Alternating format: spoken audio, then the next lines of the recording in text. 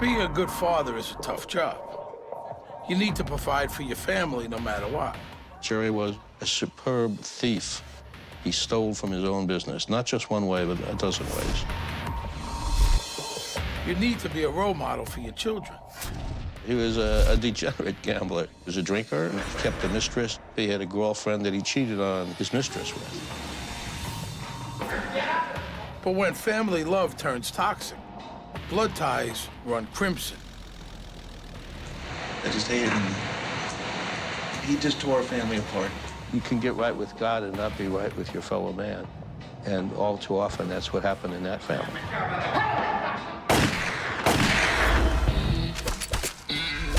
My name is Steve Sharippa.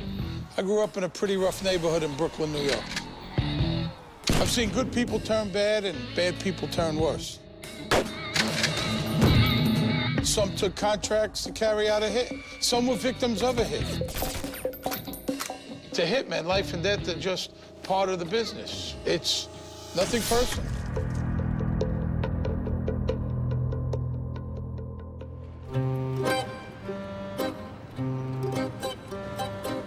It's September 25th, 1985. Today is Yom Kippur, the Day of Atonement. If you're a Jew, it's the day you admit to God you cannot live up to every promise you've made.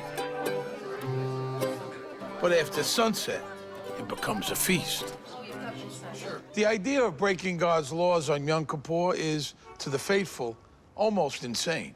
But the clan at the heart of this story was all about crazy. You can get right with God and not be right with your fellow man. And all too often, that's what happened in that family. Vera and Jerry Woodman are just getting home from a family Yom Kippur dinner. But this day won't be just their Day of Atonement. It will be their final day on Earth. Two of their sons have hired hitmen to kill them. It's a pathetic story. It's two sons to do this to their parents. I mean, you can get aggravated with your parents, you can get pissed, you can get a lot of things, but to resort to murder, to me, is much too much. So the question is, what was this family about?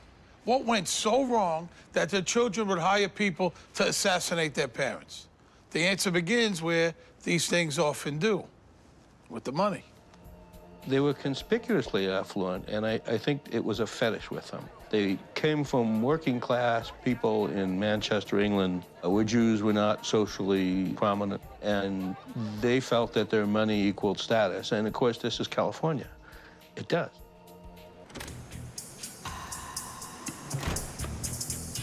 Jerry Woodman was worth a fortune, at one time anyway.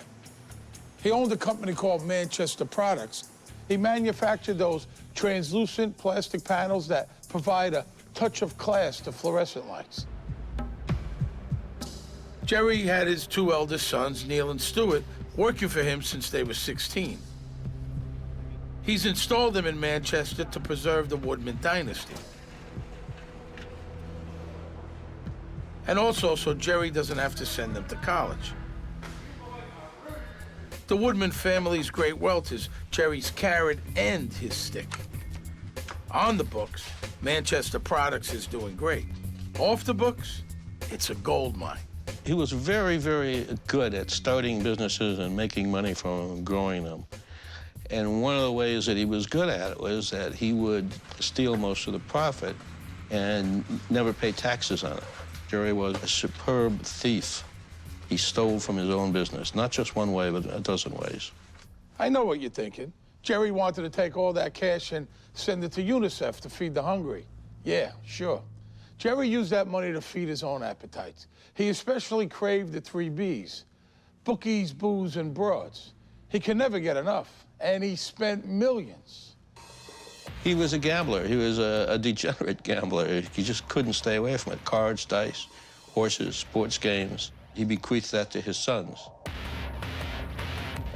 But he was more than a gambler. He was a drinker, and he kept a mistress at the Beverly Hills Hotel for many years. He had a child with one of his mistresses. He had a succession of mistresses. He had a girlfriend that he cheated on his mistress with. So Jerry Woodman was no prize. He was a thief, a gambler, a womanizer. and a nightmare of a role model.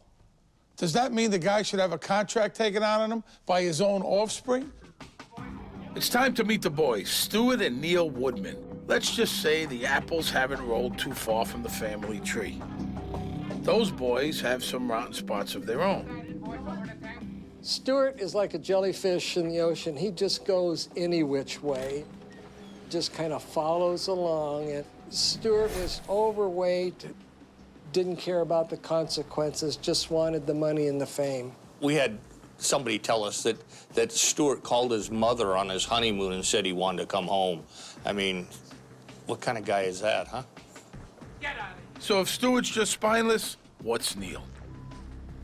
Neil is the alpha dog. Neil's a snake. He'll do anything to get whatever he wants. They were a couple of assholes. If these guys had turned out pleasant, it'd have been a miracle. Their dad had twisted and stunted them like a pair of human bonsai trees. Even so, their toxic birthright came with some talent, too. They had inherited a lot of their father's talent for this business. Stewart was a salesman. He could sell ice to Eskimos. Neil understood the manufacturing process. He was very good about making sure production quotas were met and expenses were kept down. And Jerry's not completely abusive. With him, you're never sure what you're gonna get. Gerald had two personalities. If he was your neighbor and your friend, he was the sweetest guy. But if you were a businessman, he was the toughest son of a bitch you ever dealt with. It's usually the nasty side his family sees.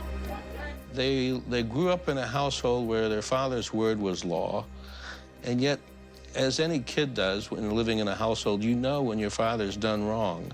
You know when your mother is unhappy. You know when he does things that are unfair. But you can't argue with your father. And this guy was, I won't say exactly a monster, but he was the king, and he's not a very benevolent king. He wanted things done his way. But he was that way with everyone, not just his sons. He had a peculiar sense of humor. If you knew Jerry Woodman, he was always shticking somebody. Shtick is like a needle. He was always needling somebody. And he did his thing, and his thing was whatever he wanted to do. They didn't get along with their father, and he hated them, and they hated him. He had no compunction whatever about humiliating them in front of the help. You raise your right hand. With respect to the statement, do you swear to tell the truth, the whole truth, and nothing but the truth, so help you God? Yes. When it all came undone, Stewart Woodman's extraordinary confession to a room full of LA cops and lawyers lays bare how a family could come apart so violently. My father was always screaming and yelling at him. You're stupid. You can't do this right. You can't do that right. My father got no thrill out of yelling at people, unless it was he had an audience for it. But he wouldn't just yell. I mean, he just cut you to pieces. I've never ever run across anybody in my entire life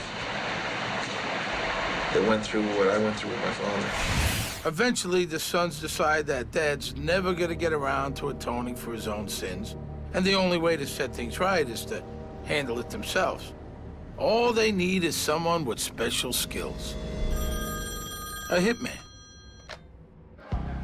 Brothers Neil and Stewart Woodman have had enough of their dad and his abusive shenanigans.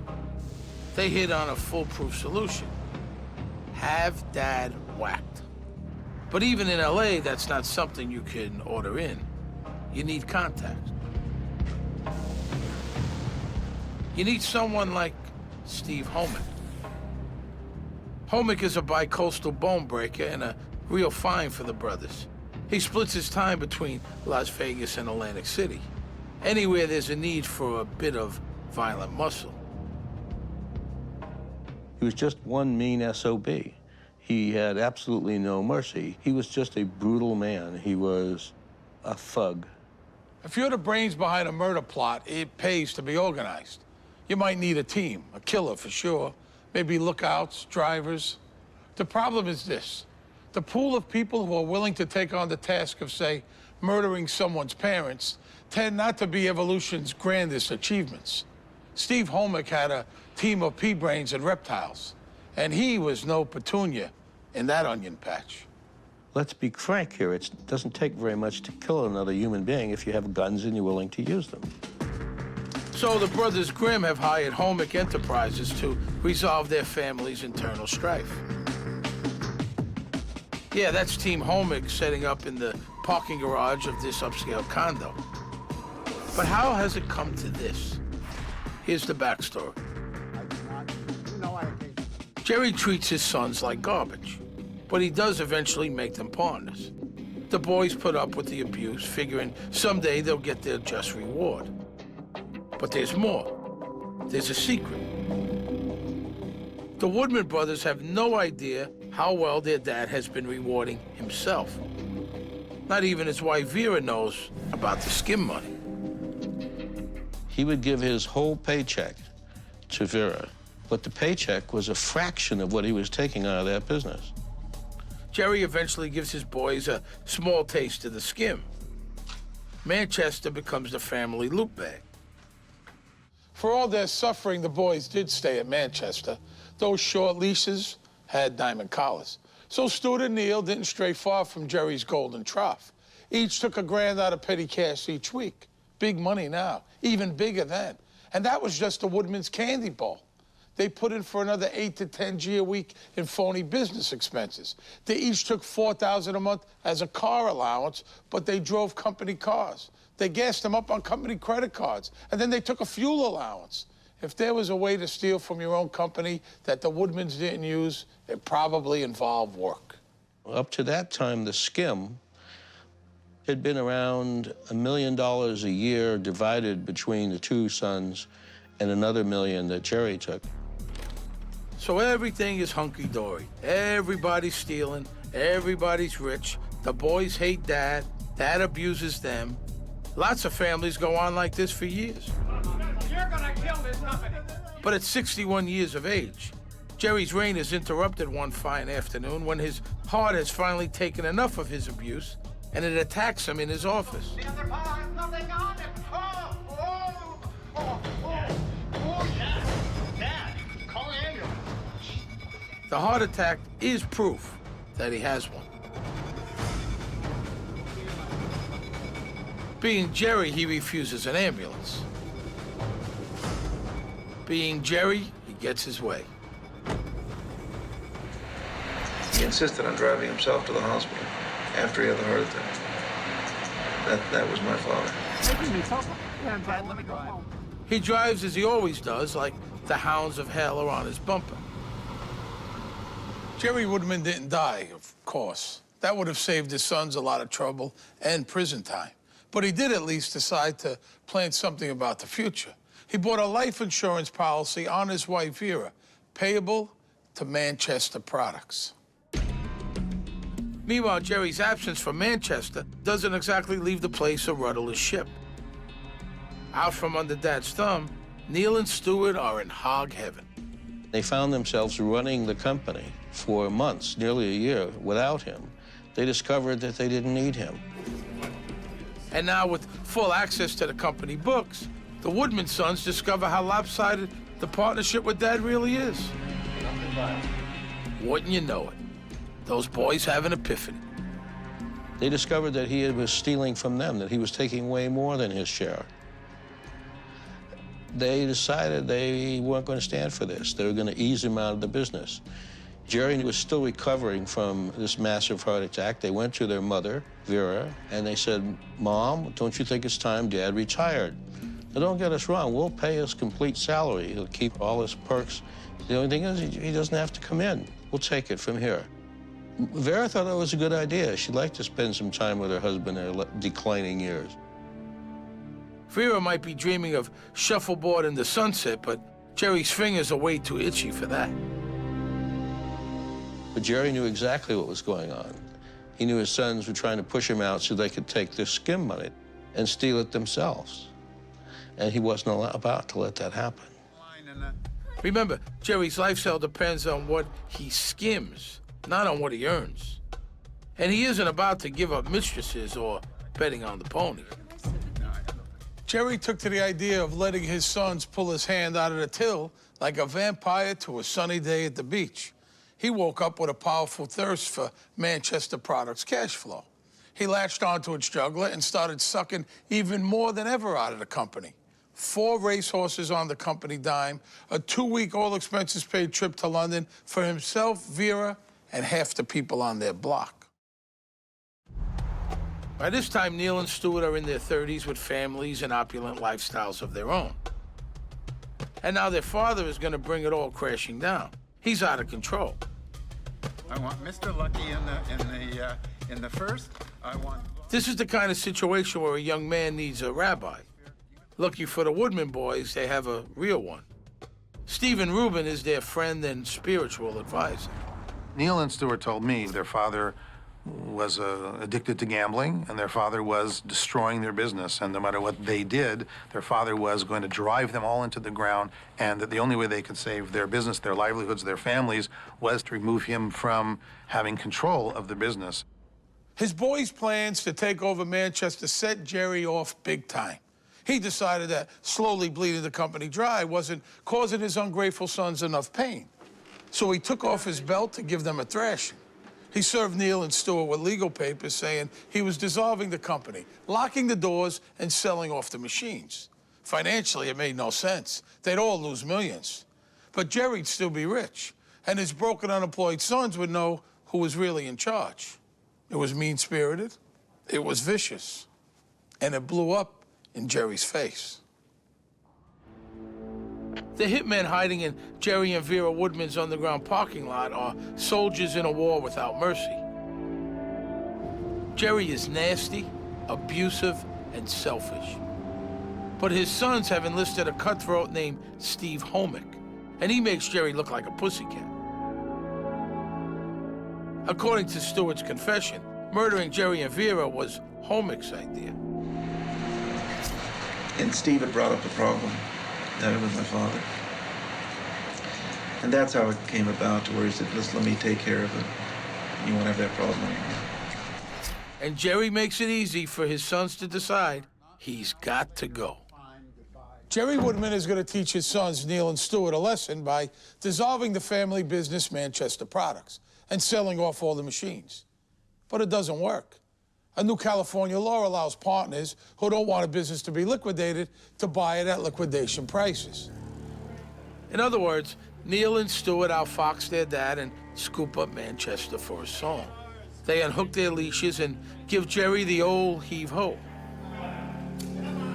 Turnabout is fair play, right? Still, the son's victory comes with a heavy price. Their relationship with their mother, Vera.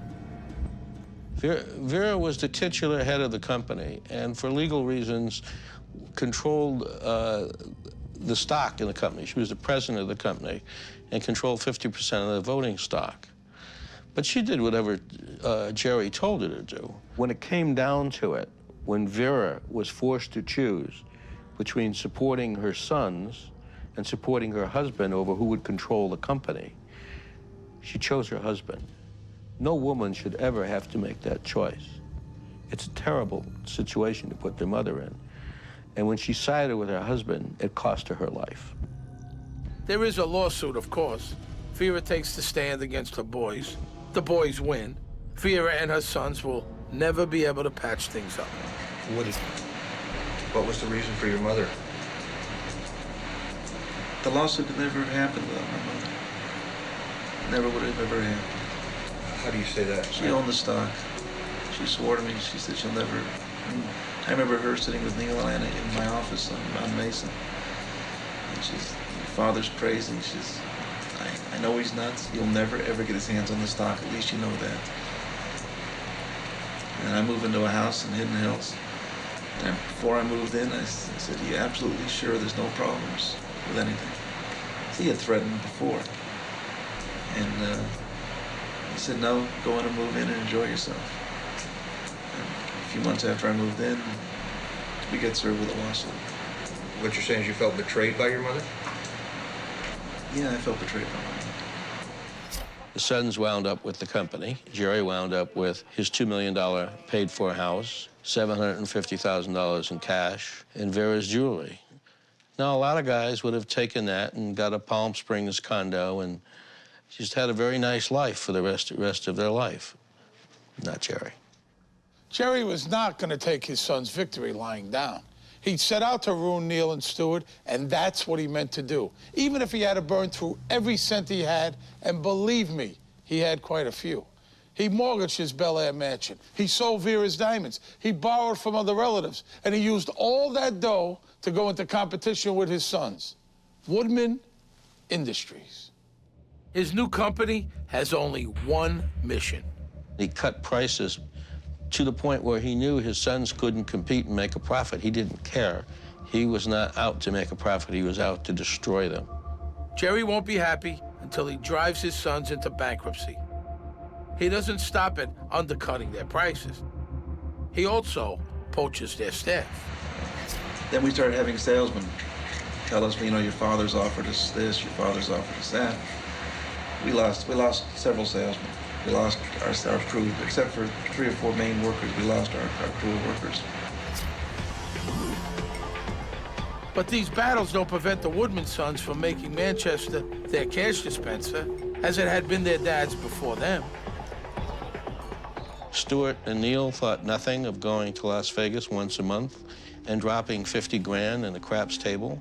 If they won, great, they'd buy their wives fur coats. The Woodman boys were now living the life that Dad's larceny had held back, and they had learned how to waste money from the Michael Jordan of mindless spending. Stewart bought his wife so many fur coats, they designed a 1,400 square foot refrigerated closet just to house them. They're not so casual about losing their battle with Jerry, though. They may not have his bluster, but their war with Dad is no low-stakes craps game. They were trying to get even with their father for a whole lifetime of abuse. They were forcing him to atone for what he had done to them, the way he had raised them, the household that they had grown up in. This, I think, was the way they justified this in their own minds. As for Steve Homick and his team of assassins, they're just greedy and mindlessly bloodthirsty. It's hard to imagine where such people come from. Oh yeah, Las Vegas. To a gambler, all roads lead to Vegas. The Woodmans were well known on the Strip. And if you throw a lot of money around in Sin City, you're sure to meet some sinners. The Homick brothers were just the kind of snakes who like to bask in the glow of other people's cash. Stewart's wife was extremely attractive, and they loved to go to Las Vegas. They were big gamblers. They gambled on horses. They bet basketball, football. They bet on the rise and fall of the sun. At some point when they were in Vegas, Stewart's wife met Steve, and he kind of hit on her, and that's how they got to meet Steve Homick. Steve Homick had been an LA cop, but he never had much of a taste for law enforcement. He did enjoy the opportunity to beat up people who were in handcuffs. The LAPD wasn't so into that anymore, so Homick got the boot. But in the Gomorrah of the Mojave, Homick finds people who appreciate his talents. He was in Las Vegas doing thuggish jobs for the mob. They would use him to break a leg or a kneecap or shoot somebody. And he was running a half a dozen other criminal enterprises on the side. Homick and the Woodman brothers become chummy over roulette wheels and 20-point spreads. And the boys' new friend Steve finds them a way to win every single trip.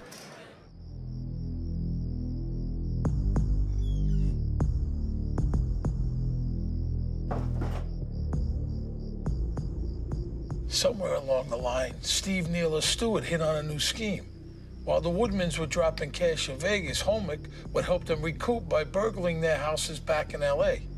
Insurance would pay for the jewels the brothers said were taken, and the losers at the tables would become winners at insurance fraud. Stewart would file an insurance claim, and the insurance company would pay off on the burglary at Stewart's house, which occurred on any number of occasions, whenever Stewart went to Las Vegas. Like the Woodmans, Steve Homick runs a family business.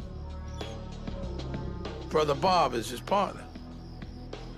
Robert was a great big guy who was a member of the California bar, but who could never quite get a job in a law firm because he would go on job interviews wearing surfer shorts and a big T-shirt. He made a living stealing law books to order for law students.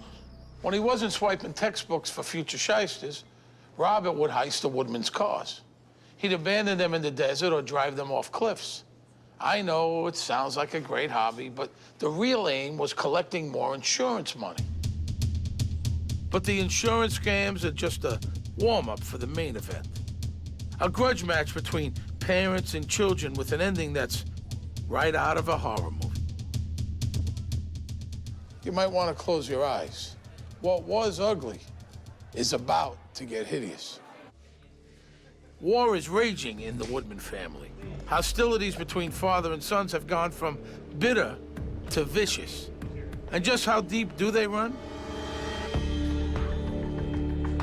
When Neil is planning his son's bar mitzvah, he decides he needs armed guards. Neil really believed my father was going to crash through the temple in his car and sit there and watch his son get bar mitzvah. I mean, he really believed that. This time it's Rabbi Stephen Rubin who's caught in the middle. He was literally concerned and afraid of his father coming in and disrupting the service and ruining his son's bar mitzvah.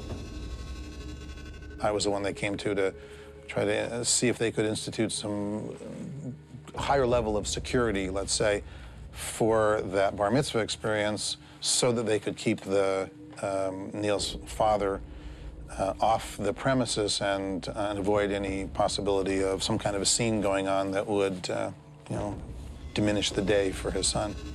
It's the bar mitzvah threat that leads Neil to turn to Steve Homick as his fix-it man. And Homick solves it in a jiffy. He hires a pair of retired cops to man the barricade. And what does Neil tell the cops to do if Granny and Grandpa storm the gates? Shoot them. In their day-to-day work, cops see a lot of dysfunction.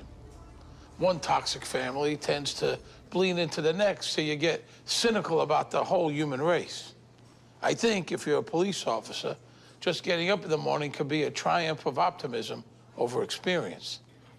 But nothing ever skeeved those two cops out like the rich guy who wanted his parents wasted at a bar mitzvah. You remember the really weird ones. We'll see those two flatfoots again. That you can bet on. The rent-a-cops guard the bar mitzvah, but Neil's son enters manhood without gunplay. As time goes on, though, the Woodman saga goes from outrageous to truly lunatic. In trying to wipe out his son's livelihoods, Jerry just bankrupts himself. His rival company founders and Jerry's fortunes go down with the ship. He lost everything. He lost the house. He lost most of Vera's jewelry. He was living in a rented condo in Brentwood. Very nice place, but a very big step down from where he'd been. Neil and Stewart hope their bankrupt dad can't hurt them anymore. But Jerry figures out a way to turn his company debts into a plague on his sons for free. So now he had a lot of time on his hands, and he used that time to make life miserable for his sons. If he needed a plumber at the house, he'd call a plumber and say, send a bill to my sons. He had the bright idea of calling up his creditors. Called them up and said, just send a bill to my sons, they'll pay you this whole money with interest. They would call my father would say, call my son, he's responsible. We were just a division of my son's company. I owned Manchester, and I gave it to them, and I started this, but they own us, so they're responsible. We had a ton of suppliers to cut us off. Manchester's suppliers now demand cash on delivery. The boys don't have enough. The company is going down, just as Jerry intended. They only see one way out. As long as Dad's alive, he'll torment them. So now you've got the picture. Neil and Stewart want Jerry dead, and we all know why. But what about Vera? Isn't she just a victim? We could fill the Coliseum with people who could tell you that Gerald was not a nice person. We never found anybody who could say that Vera was not a nice person. The thing is, everybody who knows them knows the Woodman boys want their dad 6 feet under. But maybe, if their mom is killed, it'll seem like a robbery. Because 2 sons having their innocent mom whacked would just be too ugly to believe. But that's exactly what Stewart says they did. If it was just my father who got killed, it would be much worse. It would point to us much more than if they did both. They settle on killing their parents on Yom Kippur. Because on the Day of Atonement, they always go to that family party. But Neil and Stewart know the cops will laser in on the dirty family laundry. So they've covered their tracks. One big concern, all those phone calls they've been making to triggerman Steve Homick. The solution, payphones. The idea was not to show any link between the Woodman brothers here in the San Fernando Valley and Steve Homick in Las Vegas. And they communicated by telephone. And what would happen is Homick would call the factory and then hang up, so there'd be no conversation. And this would be a signal. So then the boys would go to a payphone and they would call another payphone by prearrangement in Las Vegas, and they would talk. Steve Homick and the Woodman spent so much time running out to payphones, passers-by must have thought they were remaking Superman. But here's the thing that gets me. These guys were blowing tens of thousands of dollars on fur coats and gambling, but they wouldn't even spring for the roller quarters it would have taken to make those conversations untraceable. They charged the calls back to the company. Their hearts were black, and they were stupid. In LA, you could get away with either, but not both.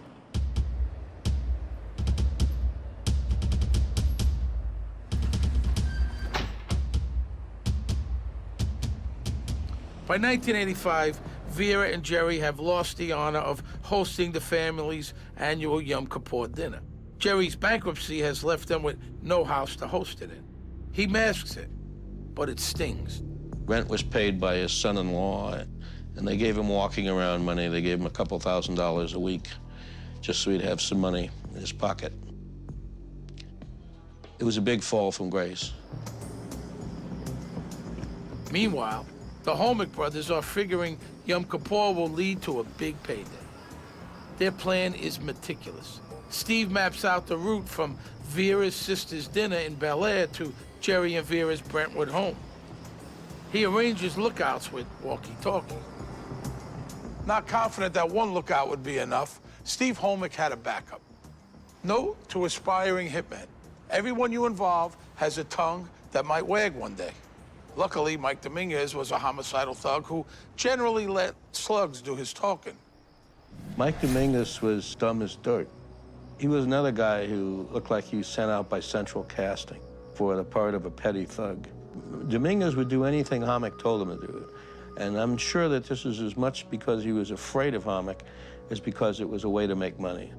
Steve Homick and Mike Dominguez went into a private home in Las Vegas, forced their way in at gunpoint, told the woman who owned the house if she didn't open her safe for her jewelry, they'd kill her.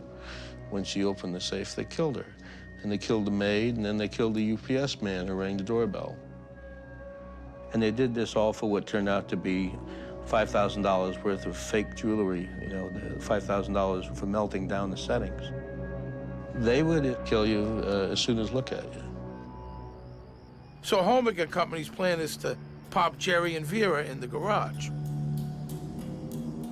Now, the only thing stopping Steve Homick from getting into the garage in Jerry's building was a bike chain. No problem for a master criminal like him.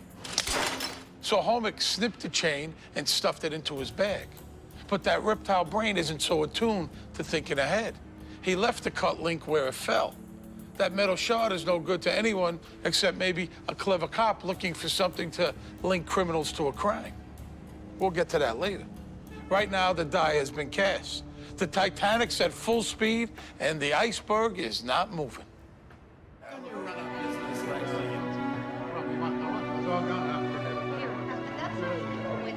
It's hard to overstate how important Yom Kippur is in the Jewish calendar. It's the day you confront your human weakness.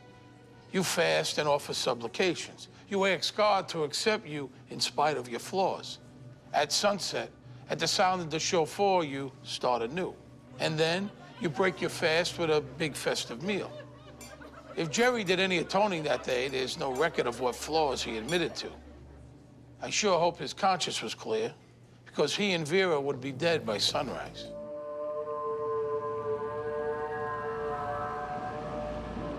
Deli owner Marvin Saul shares that Last Supper with the doomed Woodmans. We were the last two people to see them alive. We were all leaving, and my wife said, you know, I really like Jerry. 20 minutes later, they were dead.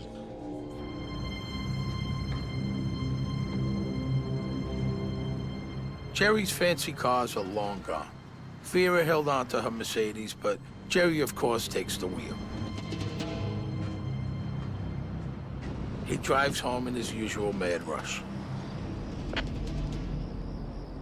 Too bad he doesn't take a few extra minutes to make nice with Vera. Forgive his sons and himself.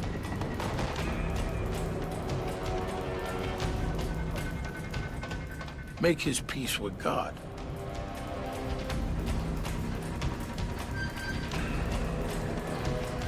Jerry doesn't do anything like that. He drives fast and he's yelling, right down to his last second.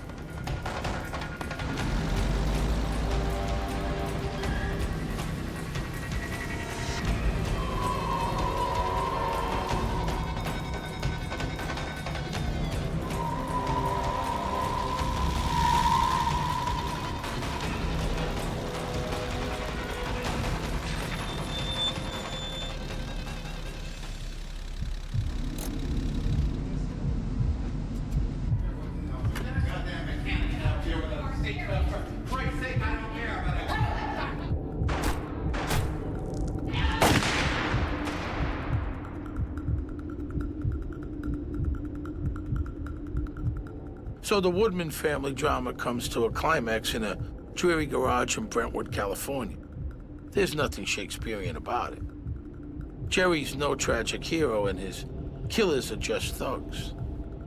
Dumb thugs who alerted the whole neighborhood when that gun went off. It was loud. A .357 Magnum going off in a garage sounds like a friggin' cannon. Jerry and Vera never had a chance, but killing them was easy. The most important part of the plan was how to get away with it.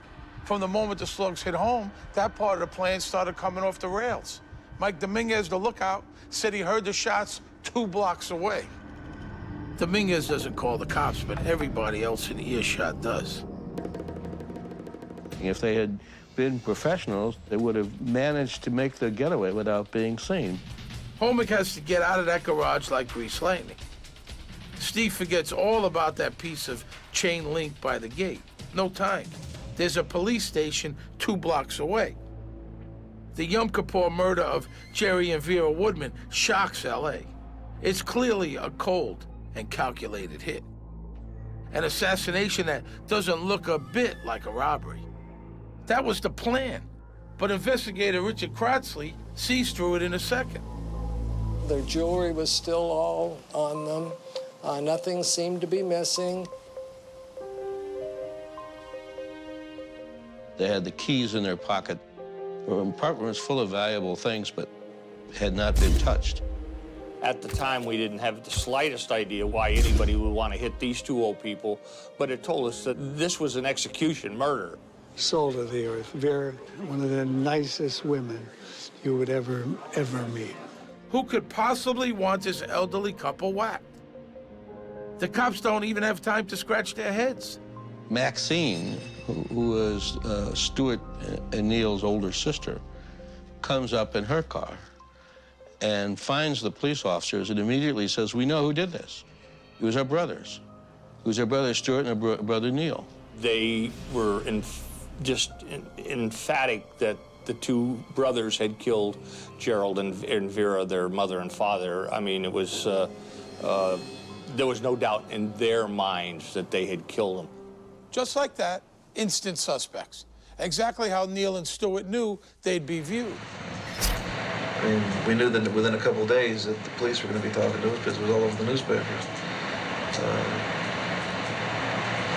we couldn't hide the fact that there was problems with the family.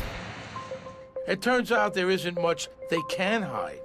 The Woodman boys and Steve Homick think their plan is foolproof. But the plan had some weak spots, starting with the fools who made it. Investigators look for three things: motive, means, and opportunity. They have the motive from the get-go. Getting the other two will take some spade work. In no time, detectives piled up a mountain of circumstantial evidence. Note to the homicidal: don't go around telling the world how much you wish your victim was dead. I don't know if acting innocent helps much if you're guilty, but acting guilty is a sure way to help investigators focus. It seems that Neil and Stewart are strangely incurious about their parents' brutal murder. It was probably a whole week. Stewart and Neil never called the police department to inquire what happened to their parents. And I've worked homicide for 14 years. I have never had a murder victim's relatives not call me within an hour the next day as soon as they found out that somebody had died. And then when we said, hey, let's set up an appointment, well, they said, fine, we'll have it at our attorney's office. Now, if you're not guilty and you had nothing to do with the murder, why would you have a corporate and a criminal attorney sitting next to you and we're asking, well, where were you the night of the murders? Oh, he's not going to answer that question. And then we kept thinking, these guys are guilty. I mean, they are guilty, we just have to prove it. I mean, that's what it was. So now's when those two retired flatfoots reappear. The ones who were told to blow away Grandma and Grandpa if they laid siege to the Woodman bar mitzvah. Remember them? When they see the headlines about the Yom Kippur murder, they give the homicide dicks a name. The guy who posted them outside the synagogue, Steve Homick. I kept thinking, well, let's run with him. He's our only suspect right now, and that's what we did. Steve Homick became #1 suspect. Steve can't be placed at the crime scene right away, but his brother sure can. A witness says he distinctly remembers Robert Homick near the Woodman's condo. His scruffy look made him plenty memorable. And the CSI team finds that cut chain link in the bushes. Whoops. The chain link was sawed in half. Somebody from our crime lab said, you find me the bolt cutters, you know, I might be able to correspond those tool marks. So when we did our search warrants, lo and behold, where did we find the bolt cutters? Robert Homick. Not only were the cutters found in his home, cops found the receipt that showed he bought them at the hardware store just down the street. Does it get any easier? Robert Homick was done. You got Robert, you got Steve. All that's left is to connect the brothers Homick to Neil and Stewart Woodman. And who is better at making connections than the phone company? The police made a very detailed study of payphone records from payphones in the area surrounding the factory out in the valley. And they found that all of these phone booths were within a mile or so of the plastics factory. If you plotted them on a map, it was almost a perfect circle with the factory at the center. The problem with the plot was the boys used their company credit card when they made these calls from the phone booths. Pretty smart. If they had a roll of quarters, they probably would have got away with it. Ma Bell, witness for the prosecution. In the end, it was the quiet one who started singing. When cops picked up Mike Dominguez, he learned from them that his future looked bleak.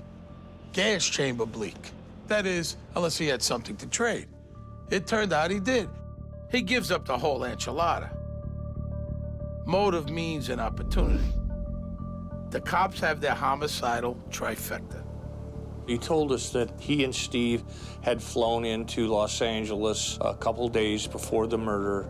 They had traced the route with Robert Homick. Marvin Wolf follows every step of the trial.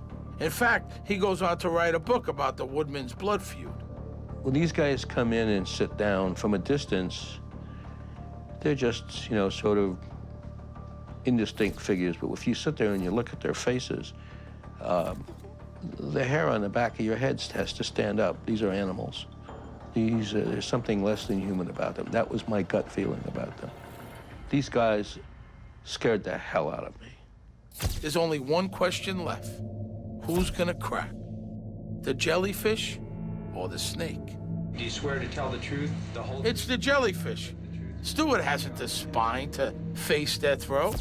He offers to trade Neil's ass for his own life. His confession runs for 10 hours, and he lays it all out on a platter. His version, anyhow. You know, my wife and I were both involved, called as witnesses, and I was totally shocked when Stewart was convicted. Then I was flabbergasted. He then turned around and identified his brother as being his co-conspirator. Stewart testified that Neil was the brains behind the operation, adding insult to a life of incarceration. In the end, Neil and Stewart both got life without parole. As a rabbi, I'm always teaching people that they need to not let their circumstances define who they are, that whether the circumstances are good or the circumstances are horrific, you can find people who've transcended them and who've made different choices. And, you know, and that here is one of the issues, that they had they had everything.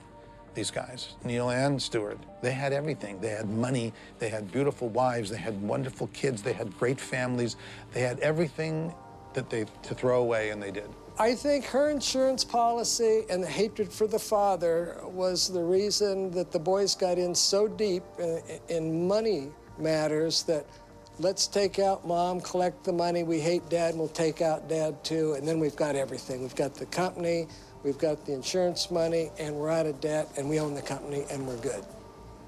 Stewart and Neil gave their father back what he gave them. He took their lives from them in a certain way. Yeah, it's true he gave them many things, but he also took away a lot of things. And their revenge was to take his life. I had no feelings about my father. There's just no feelings about him. Just my kids won't know my mother. They'll never be able to see her. I'll never be able to see her again. And that I got upset about. But you paid 2 people to have her killed. I know what I did.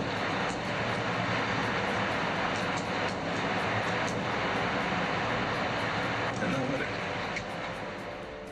The lookout team, Mike Dominguez and Robert Homick, got 25 to life. Steve Homick, the trigger man, he got sentenced to death. But 25 years later, he's still on the waiting list at San Quentin. Stewart has asked for parole and been turned down a half a dozen times. Neil still says he's innocent, but that's between him and God. For him, and for the rest of that sorry lot, every day can be a day of atonement. And may God have mercy on them, because it doesn't look like the state of California is going to get around to it.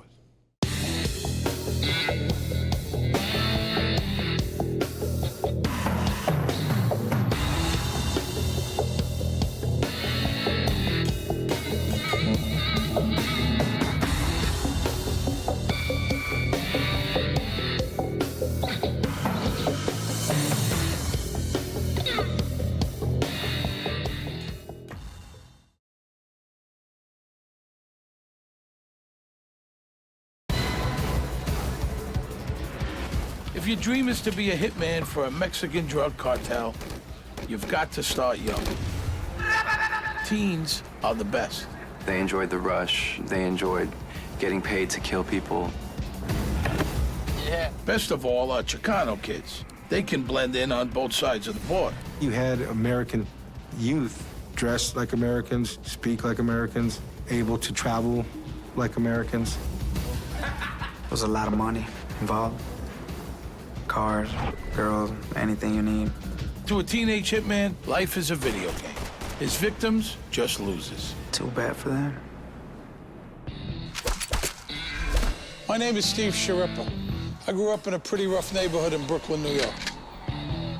I've seen good people turn bad and bad people turn worse. Some took contracts to carry out a hit. Some were victims of a hit. To hitmen, life and death are just part of the business. It's nothing personal.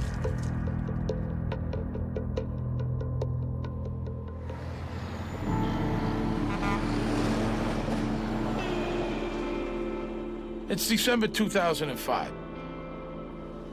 It's a sunny afternoon in Laredo, Texas.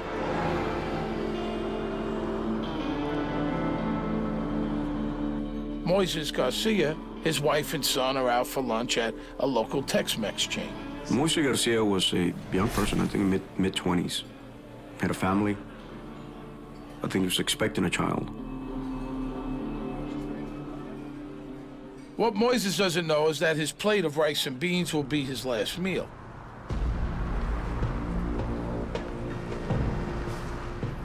Those 3 kids circling the block are assassins.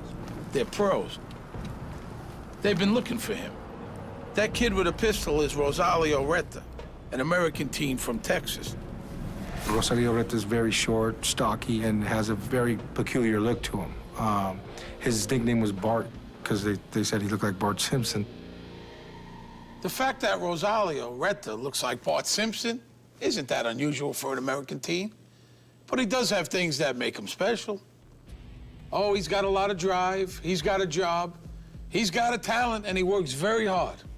Thing is, his talent is for murder. He's a hitman, and he started when he was 13. The years go by, and so do the killings. By the time he's 16, Reta's got nearly 30 notches in his belt. Blowing away Moises Garcia will add 1. But it's just another afternoon's work. He liked killing people. If they use that natural born killer, that's what he is. He would kill somebody and sleep like a baby, that was his words. This guy just doesn't possess the God gene that everybody talks about. He has no remorse whatsoever. To me, it's a job, just like you got a job. I had a job, I know it's not right taking people's lives, but that's one of the things I'm good at. So, Rosalio Reta is a cold-blooded teenage assassin. This is the first time he's allowed TV cameras to show his face, now decorated with prison tattoos. If you tell me who to kill, you're gonna pay me. I just go on and do it. I just go on and do it. I mean, how did that happen? This is a kid from a normal home. What turns him into a killer without a conscience? Reta himself has no idea. There's nothing to indicate that Reta was going to turn out to be what he turned out to be. Other than being considered a little funny looking, there is nothing troubled about Reta's childhood. He grew up in Laredo, Texas, a mid-sized city on the Rio Grande, just across the border from Mexico. The Retas aren't rich, but none of the neighbors are either. My mom's, she a hairstylist. And my dad, that construction company thingy. Parents always provided us with everything. Happy family. They never knew what I was doing. They just knew I was doing something bad. And always asked me to stay away from everything I was doing, but it was too late for that. Young Rosalio wants to be a commando when he grows up. Special forces, the real tough guys.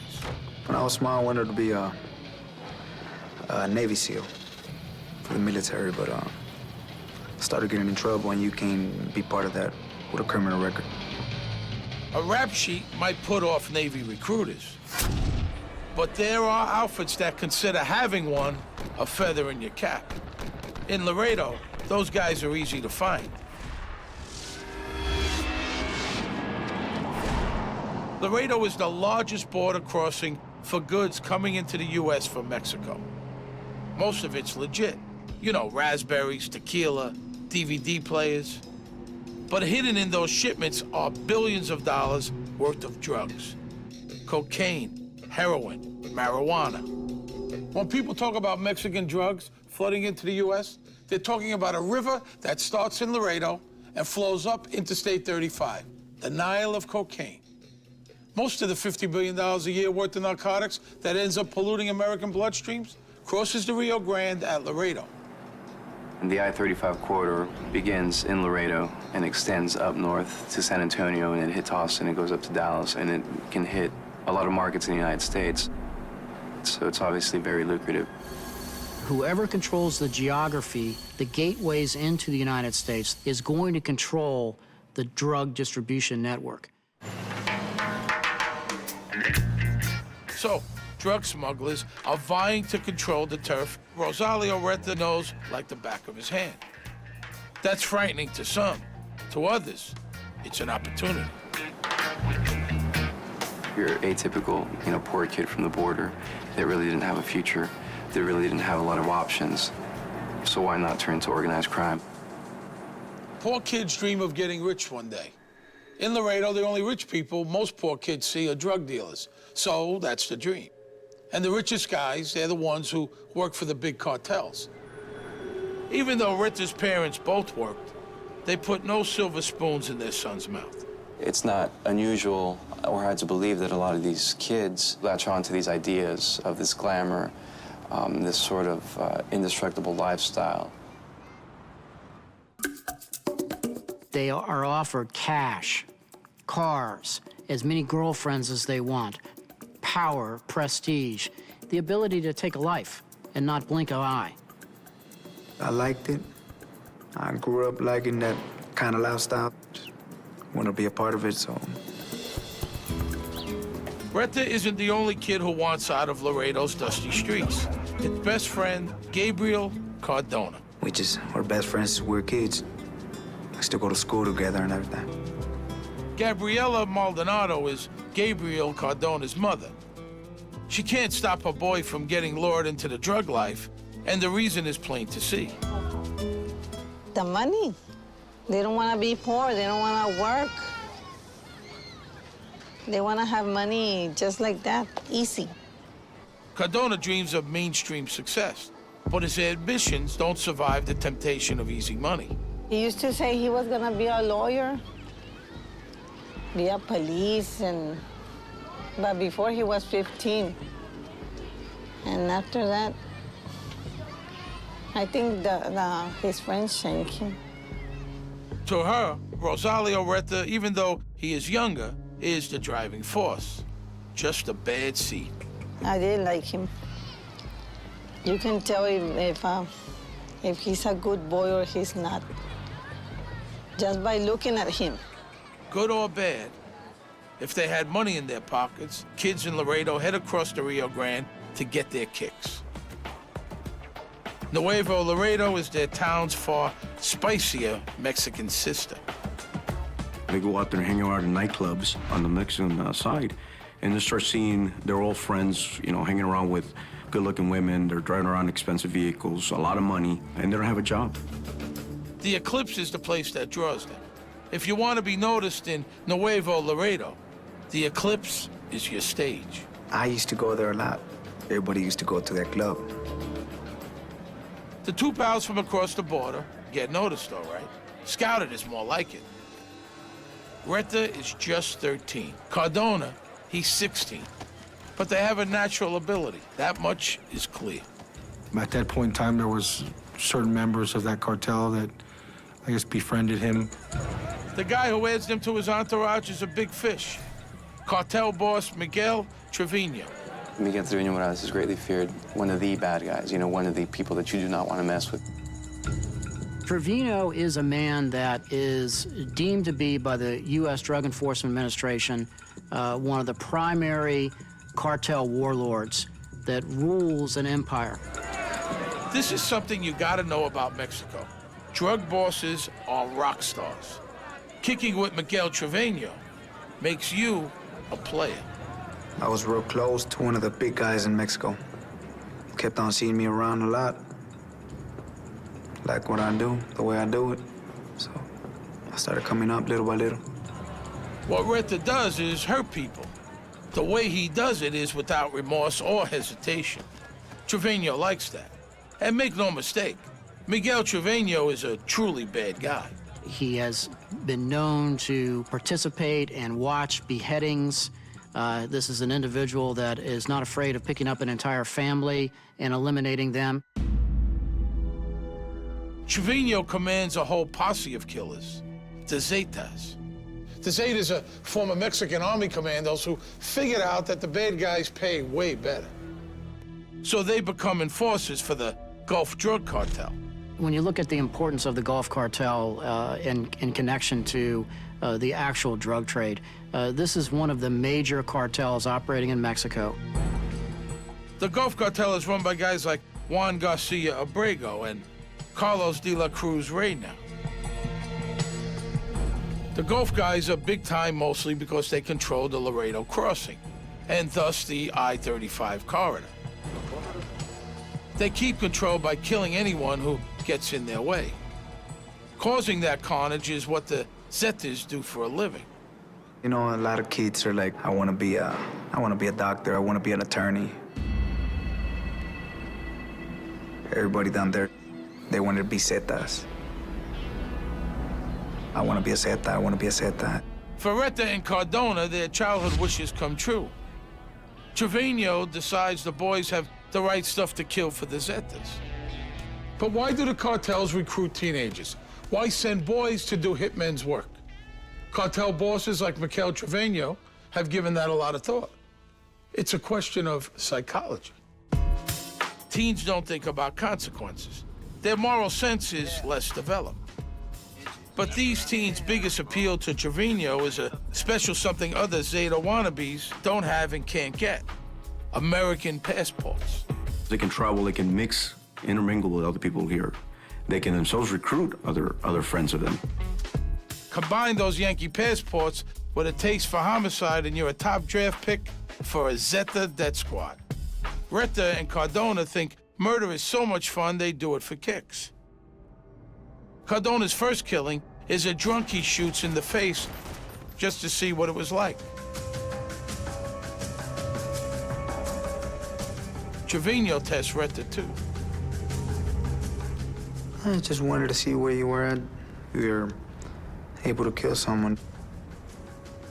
A lot of people say a lot of things, yeah, I'll do this, I'll do that, but when it really comes down to it, I'm not gonna do anything. In Mexico's narco culture, killing someone isn't just business. It's how you send a message to your victims' compadres. This is what'll happen to you if you don't get out of our way. Victims aren't just killed, they're tortured and butchered.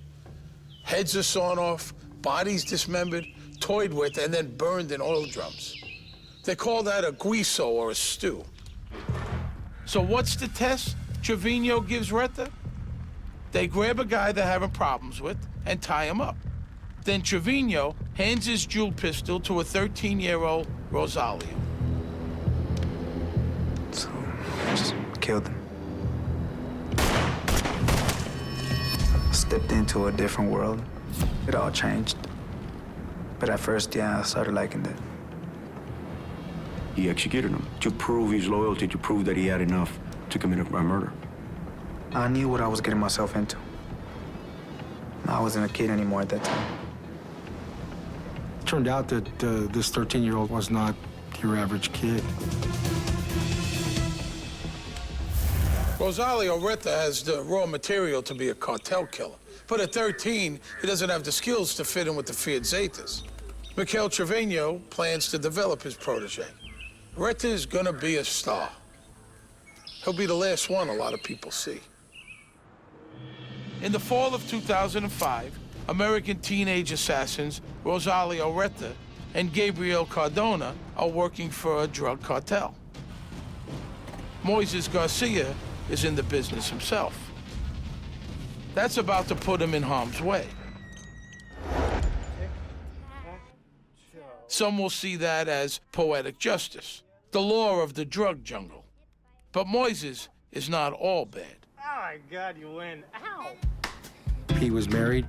He was a father, a son. Moises might be a good family man, but he does earn his living selling narcotics. He supplies a Laredo neighborhood. Moises Garcia was a member of the Mexican Mafia. The Mexican Mafia is a prison gang that was originated in California. It's real strong in the Texas area, real strong in our city. Moises Garcia, by the way, is no saint. He shot a guy in the head when he was 18, a prison friend of his. They met doing time on drug charges. Anyway, what I'm getting at is Moises, Reta, and Cardona are from the same world. I mean, they're all criminals. But maybe Moises is a little behind the times. 25 is old for a drug dealer. In that world, life is for the young. So Moises Garcia is a small-time criminal. But what makes him important? Well, he's graduating to the big leagues. He's been doing some marketing for the Sinaloa cartel. He was contracted to perform certain services for a rival cartel. It's my understanding that that was the rationale and the reasoning behind him being set up as a target. And being someone the Zetas have a beef with is not what you'd call survivable. Getting killed, that's one of the main things. If you get on step on someone's toes, you're gonna get killed. Garcia is about to become a fatality in an old-fashioned turf war. That I-35 drug corridor? Just because the Gulf Cartel has a lock on Laredo doesn't mean the other guys won't try to muscle in. Chapo Guzman runs the biggest cartel in Mexico, the Sinaloans. They've got a near monopoly on supply, but they don't control any border crossings. They go to war to grab Laredo from the Gulf Cartel. When the Sinaloan cartel tries to move in on this area, you have a traditional power struggle that unfolds. There's a huge infighting and rivalries begin to exist. It was our territory right there, so they can't just come and try to take over like that. If you want somebody's criminal empire, you don't ask nicely. It's blood in the streets, and we're talking buckets. I started killing people, trying to get us out of the way. There's a bloodbath going on back then. I think Nuevo Laredo had over like 300 to 400 murders in about a 6-month span, and it was out of control. There's more right there in Nuevo Laredo, and there's more drugs, more money going on, so they're fighting for that spot.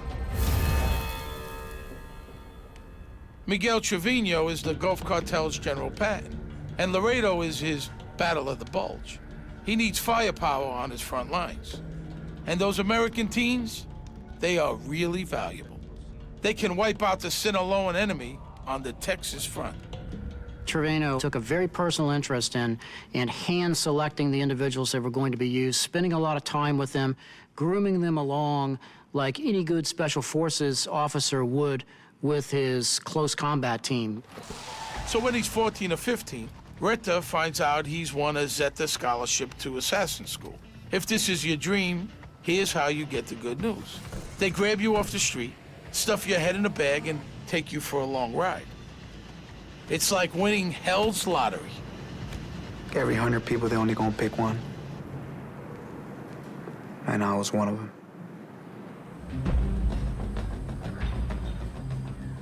Most of these kinds of training operations are taking place on very rural ranch properties that are owned by the cartels. It's like a special force training. For a lot of kids, summer camp is a rite of passage. A chance to learn new skills, make new friends, you know, come into your own. At Camp Zeta, Rita meets new people and picks up some awesome new skills. Firearms, knife fighting, hand-to-hand combat, beheadings. He's not so wild about stewing people, though. Hates the smell. Learn how to use any type of military weapons, hand-to-hand combat. The main thing is show you how to kill. Like it does for a lot of kids, camp matures him. Comes in a punk and he leaves an assassin, an experienced assassin. Killing people, doing this, it's, like I say, it's a job. Rita takes to being a sicario like a coyote to an overfed chihuahua. In no time, he's on the Zetas A team. The killers they save for really important jobs. There was only like 150 in all Mexico of us, so we just go for like big people, not a nobody. When he first began, I mean, he was a tremendous asset because of the skills that he brought into the organization. He gets busy real fast. He and his fellow campers join the war and show those Sinaloan drug runners no mercy. That's what you do every day over there in Mexico. Every day, on a daily basis, you probably kill like 5, 6 people a day. But Miguel Trevino doesn't need the American teens in Mexico. The battle's over Laredo, remember? And it's on the U.S. side that Reta, Cardona, and their American passports can really have an impact. Miguel Trevino Morales would send these cells that were already in Laredo, U.S. citizens, to take out rivals from the Sinaloa cartel. So in 2005, the big boss Trevino sets up a couple of teams of hitmen in Laredo. He makes Gabriel Cardona a manager and gives him two of his homeboys, Reta and Jesse Gonzalez, as triggermen. The three sicarios, that's what cartel assassins are called, live together in a nice house, rent-free, kind of like the real world or the Monkees or something like that. Anything they earn, and they make a lot, is pocket money. And money for these guys is a big deal. Their handlers would rent safe houses for them, and they would stay there, and that's where the communication would take place. Their vehicles that were purchased by the cartel for them to utilize in the murders. They were provided weapons, food, and cell phones. Their weekly salary was $500 per person, and that was just to be on standby. And all this would obviously be paid for by their handlers, by Miguel Trevino Morales. We had a normal life. We're doing everything a normal person does. We just, once you get caught, you gotta go and take that person out.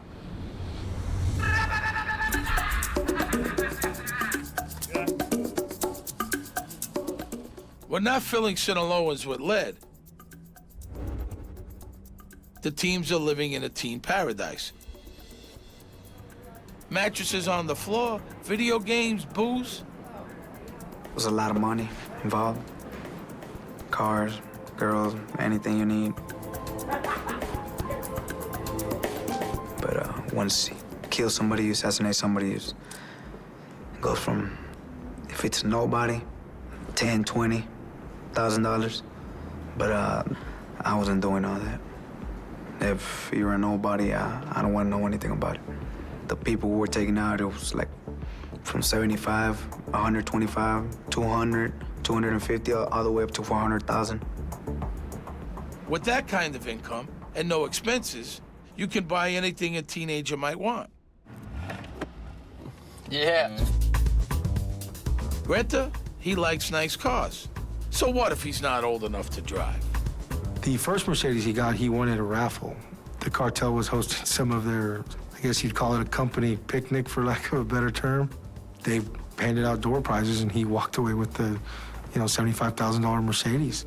Of course, the guy was only 14 at the time. You do good work, they give you good things. Rosalio Reta has come a long way. He's got a Mercedes and an unlimited supply of games and girls. And if that isn't good enough, he gets to kill people too. For Reta, life is good, and dealing debt just makes it better. These teenagers were thrill seekers. They enjoyed the rush. They enjoyed getting paid to kill people. They really actually liked doing it.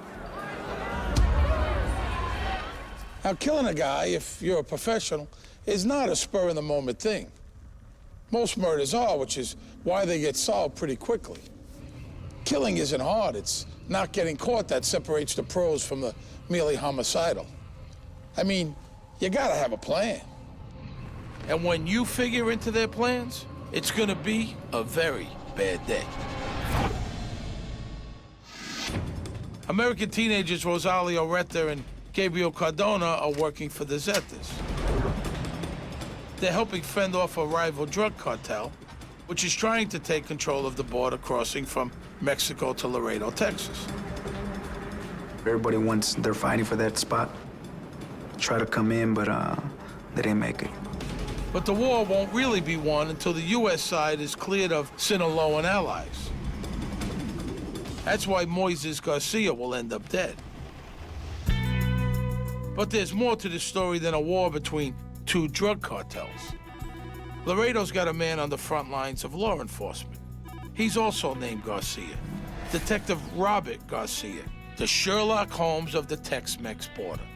We interviewed him in shadow for his own safety.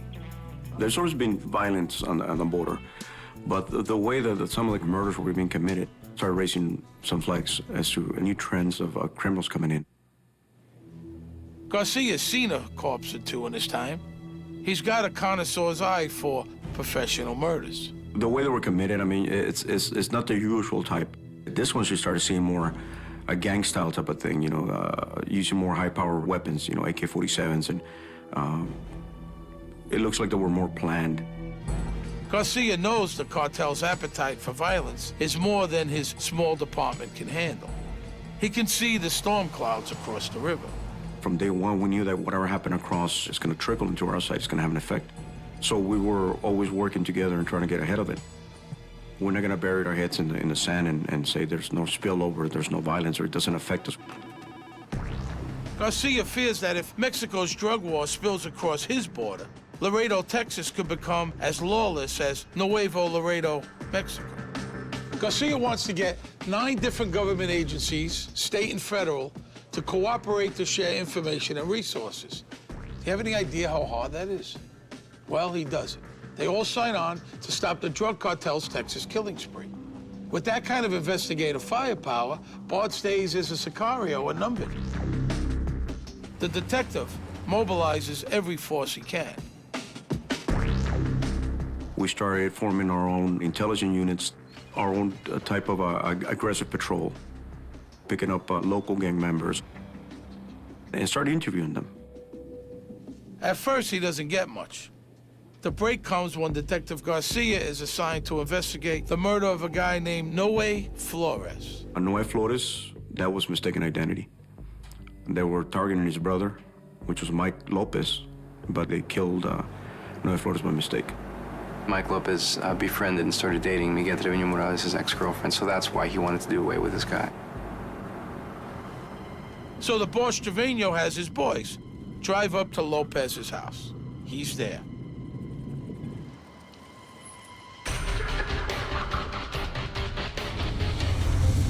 Bang, bang, bang. Easy peasy. He was shot at least, I want to say, a good 6 to 8 times. You know, they leave thinking that they got Mike Lopez. Only one little problem. They pumped the wrong guy full of lead. Mr. Flores, unfortunately, was at the wrong place at the wrong time. Swapping cars a few blocks from a hit is one of those things they test you on at Camp Zeta. It's textbook getaway technique. But if you go to Academy for Assassins, they make sure to remind you not to leave evidence behind. If killing the wrong guy was the only screw-up, it would have been no big deal. But the teen sicarios, they're having an off day. Anybody who's got teenagers knows it's way easier to persuade them to murder total strangers than it is to get them to clean up after themselves. There's a pack of cigarettes that are left behind with a print comes back to Reta. The breakthrough that actually helps us break not only this case, but subsequently all the cases, was a piece of paper that was left behind. Now, that little receipt was for a pay-as-you-go cell phone top-up. Oops. So, Garcia's got a set of prints and a cell phone receipt. The receipt leads Garcia to a tattoo parlor. He leaves his business card. The owner tips off Reta.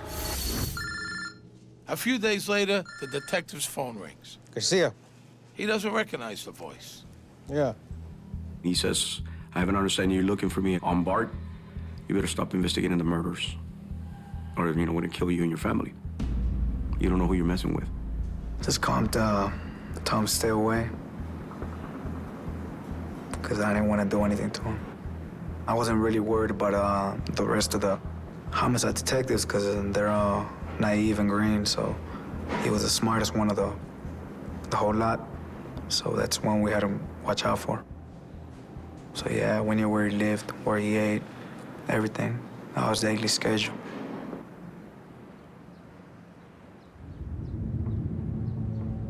He hopes his threat will persuade Garcia to play it safe. Once you kill law enforcement on the U.S. side of the border, our hell's gonna break loose. So the only way I was gonna take him out too is if he got in my way.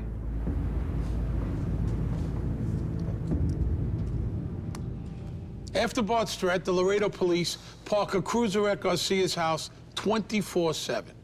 But Reta's threat doesn't stop the detective. Just the opposite. Finding the elusive Bart Simpson just got personal. That's when it kind of hits home. And I get, well, I guess this is for real. I did not take it as a threat myself. I did not take it as something that I should be scared of, honestly. I took it more like, how dare he? How dare he calls me on my phone and tells me this? It just made me go look for him even harder. Rosario Reta may have picked the wrong Texas lawman to tangle with.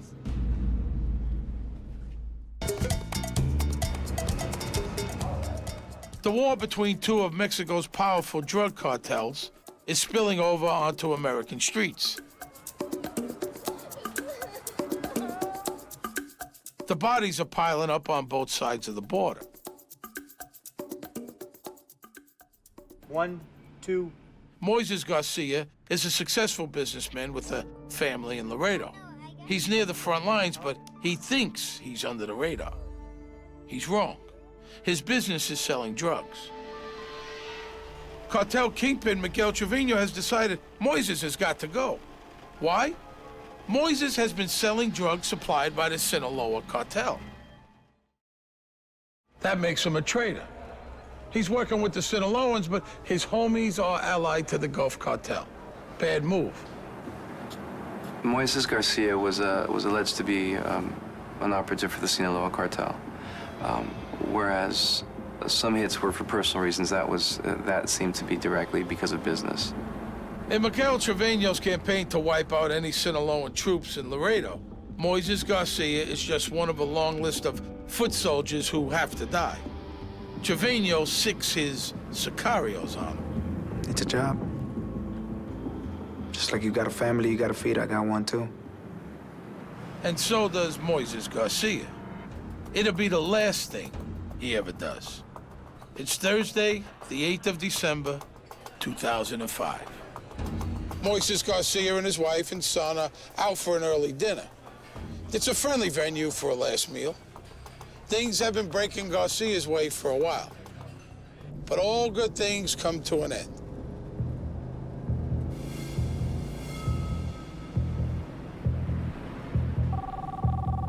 The order to kill Moises Garcia came directly from Miguel Trevino, with his group of sicarios, that being Jesse Gonzalez, Cardona, and Rosario Reta. They wouldn't do the killing unless it was ordered directly by him. Even a run-of-the-mill pop like Moises Garcia is meticulously planned. The targets were assigned. Sometimes they would come in with a package with their name or photograph. I'll look it up. I'll find where he lives, what he drives, where he works, family, everything. For a couple of days, until they tell me to kill him. That's what he enjoyed, the surveillance and the tracking down. He enjoyed the hunt. You would follow them around Monday through Friday. You know, Monday he picks up his daughter at 3:30. You know, always has lunch at such and such place. You know, is home typically by this time. Might stop off at this bar. So they had notes, and when the order came down, they would refer to their book and see, okay, well, it's Wednesday, he should be here right about now. The tactics they were using was very impressive. They knew where he lived, and they set up surveillance at his house. It was an apartment. But they were never able to catch him when he left. The problem with tracking down a drug dealer like Moises is he just doesn't keep regular hours. Luckily for Reta and crew, he does drive a distinctive car. Look, right there, right there. They were driving around, they spotted his vehicle. He was driving a white Lexus at the time. They located him at a restaurant where he was having lunch with his wife and one of his kids. Moises Garcia is a dead man noshing. You can see it, too, on the video. You see this Bronco just, you know, circling the place 2, 3, 4 times, waiting for Moises Garcia to leave. The boys don't care that Moises is with his son and pregnant wife. Having a kid there just makes it easier. He's less likely to return fire. During the meal, Moises gets a phone call. Through the calls? Lunch is over. Tip-off or setup? We'll probably never know. Moises doesn't tell his wife why, just says, hey, it's time to go. But the predators have had all the time they need. They've picked a spot and a strategy. Boom, boom, boom. Training. It pays off when you're under pressure.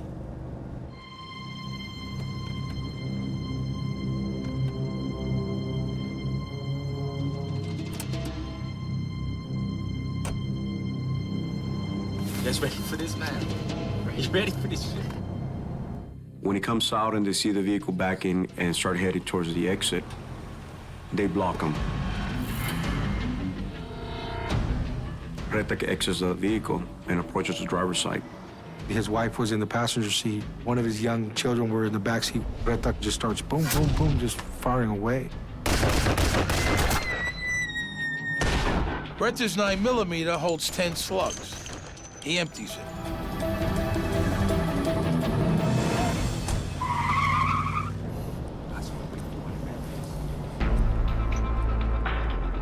Awesome is what Rosalio Reta calls it.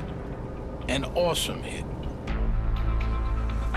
He's struck multiple times in the head and on the left side of his body. I don't feel anything about it. I don't feel there's nothing wrong, even though I know it's not what a normal person will do.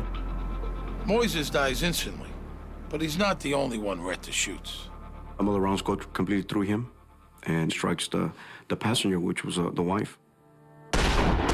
2 bullets hit Moises' wife.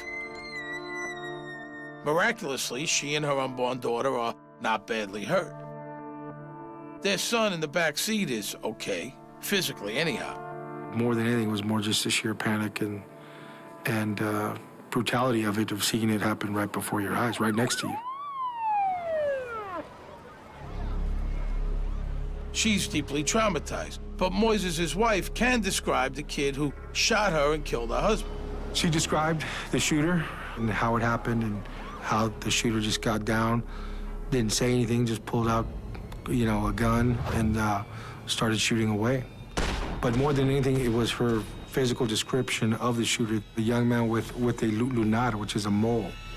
In those days, before he got his tattoos, that mole was the one thing that made Reta memorable. It will be the vital clue that gives a face to Moises Garcia's killer. Moises Garcia, a Laredo, Texas drug dealer, has met his fate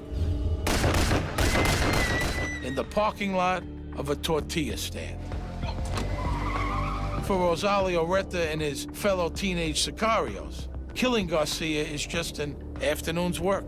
They flee the area, travel approximately 6 or 7 blocks from there, call some sicario friends to come and pick them up, and takes them to a safe house. The boys don't think Moises was important. They were wrong about that. And killing him in front of his family was a big mistake. Moises' wife got a good look. The kid with the gun had a mole on his face.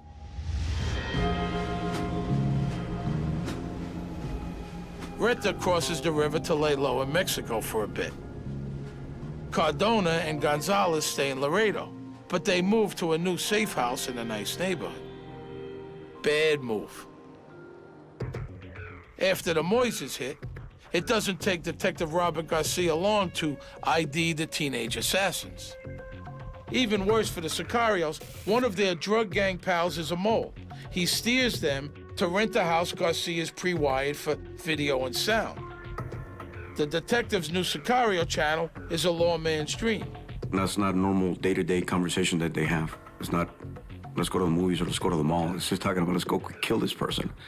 It's totally different.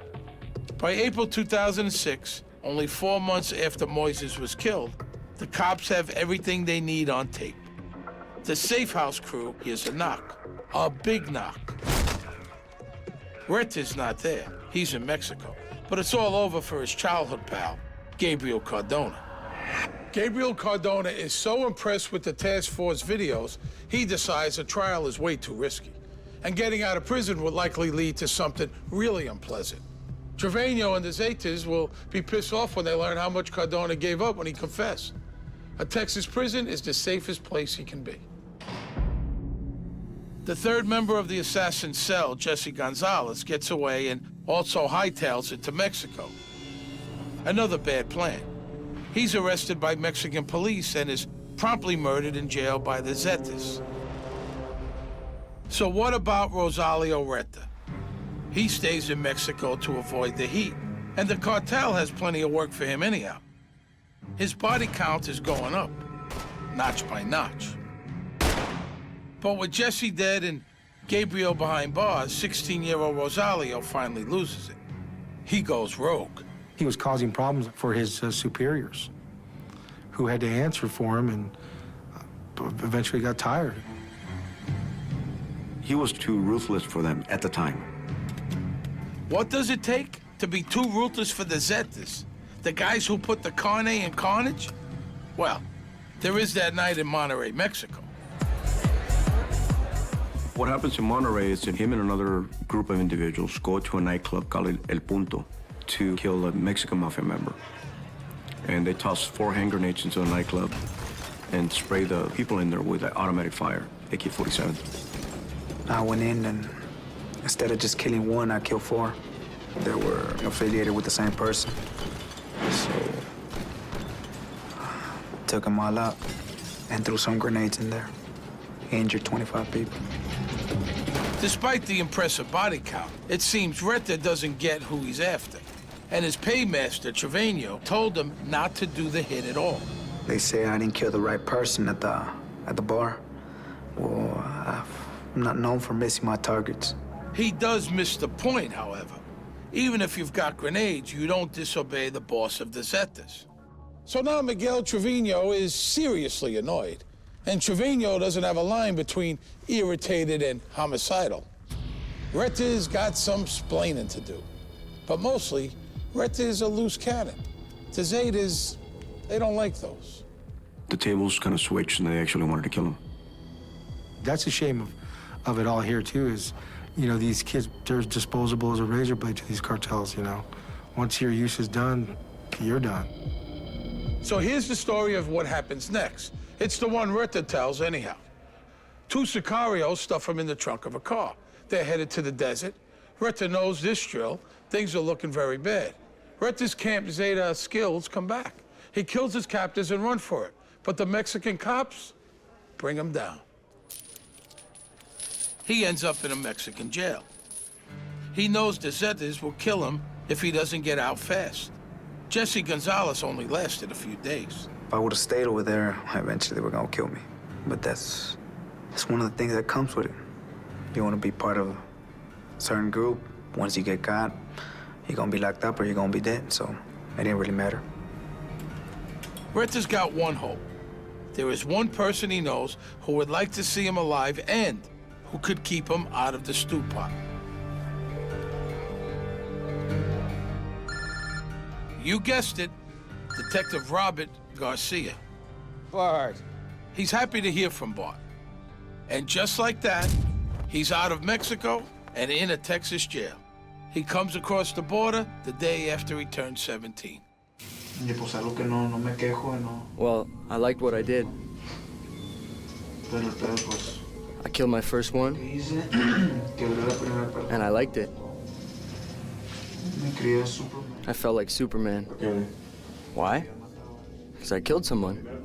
I'm sitting in front of this 17-year-old kid, and he's telling me all he's done, and he's telling me how he's doing it, and the way he feels. And the only thing I can think of is that I got my own 17-year-old kid at home, and I'm upset at him if we don't cut the grass. And you know, it's hard to describe, you know, what I'm thinking. That is like, what makes him think this way? What makes him turn out to be this way? They put me as a monster. That I killed innocent people, I kill everybody just because I can, just because I'm able to do it. And that's not true. I don't kill no innocent people. If you don't know anything, you ain't got no reason to fear anything. In the end, Reta cops to 30 murders in Mexico, more or less. It was only a number, because I'm not really sure. He won't confess to killing anyone in the U.S., but that print he left in the No Way Flores getaway car sinks him. Convicted in the Flores case, Reta finally admits to killing Moises Garcia. Combined sentence, 70 years. That's 4 times the 17 years he spent on the outside. Moises Garcia, his son and his daughter, born a few weeks after Moises died, they got life without a dad. Reta never showed any kind of remorse towards the murders that he committed or the victims he left. To compare him to other criminals, you can't. His thinking is totally different. He's a psycho. He's scary. He's a scary person. I mean, even though he's a young kid, he's just one of those ones that you get to fear when you sit in there and talking to him. And what about Miguel Trevino? He and the Zetas break away from the Gulf Cartel in 2009 and go to war against their former compadres. As of 2011, Trevino is still one of the most wanted men in North America. When I started, I know what I got myself into. I know right from wrong. And I knew that eventually a day I was going to end up being in prison or getting killed. There's only one way in and one way out. How do you feel about your victims and their families? Too bad for them. No sense of remorse or...